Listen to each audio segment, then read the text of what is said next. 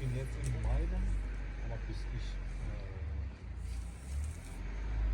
nach Hause fährt, vielleicht das wird ein bisschen später. Hast du schon warten? Hast du schon Zeit?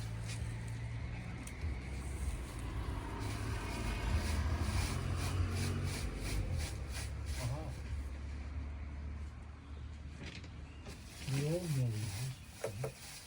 okay. Was willst du machen, du? Mit Arbeiten.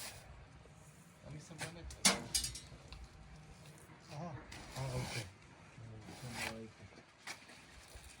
Aha, ja. Okay, gut.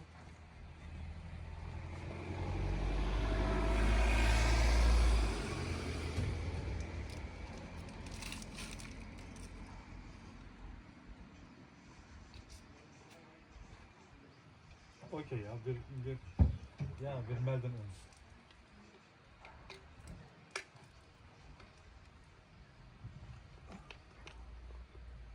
Ja, ja, dir auch, sagt Captain.